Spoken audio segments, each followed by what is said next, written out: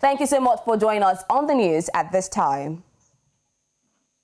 Yeah, good morning. Thank you for having me once again. Good morning. All right, now, so FBNHoldings led investors' peak on Friday. FBNHoldings had 95.29 million shares sold. Was this expected? Yes, it was expected. It was more of a return of price to status quo. The previous day, we saw investors offloading the shares of FBNH on the back of the removal of the board of the company by the CBN. So it was more of a panic reaction. And that was on Thursday when the share of the company lost about 6.76% thereabout. And then on Friday was more of restore of confidence. If you know FBN very well, it carries so much value. So the loss that was recorded the previous day was more of panic sale as a result of the removal of the board of the company, of the bank by the CBN. So we expect that in the coming trading days, so we expect that we'll also see an uptrend in price of FBN and more interest in it to take the price back to 7.4 that it was before the saga started. So it was expected, and we'll still expect more of such uptrend in the coming days.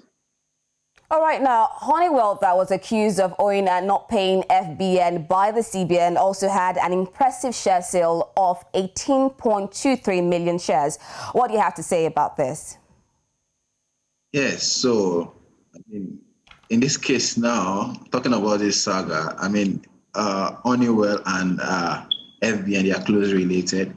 The thing is now, if FBN is benefiting at one end, as it is, Honeywell cannot benefit. So what we saw was more of, of course, it was a thing of interest for investors. That was why it was heavily traded. But in this case, it was more of sale because they know CBN is coming for. CBN through FBN is coming for Honeywell, since the Apex Bank has told the owners of Honeywell to pay back all loans outstanding to FBN within 48 hours. If you're an investor in that kind of company, you definitely want to offload your stocks to take your loss and move forward. So so it's more of that kind of reaction that we saw with Honeywell. We expect that bearish sentiment will continue in the coming days, at least until there's reasonably evidence that the CBN is going to be lenient on Honeywell, which most likely is not going to be the case. So sadly, in the coming days, we'll still see more offloads in the shares of Honeywell, arising from the fact that the CBN said it should pay back First Bank within 48 hours, all outstanding loan obligations. All right, now, incidentally, Regency Alliance Insurance led the gainers table with an increase by 10% to 33 kobo per share, and Consolidated Hallmark Insurance followed with 8.50% to end at 39 kobo per share, while Royal Exchange added 8.16%, 53 kobo per share. What led this reign of the insurance sector?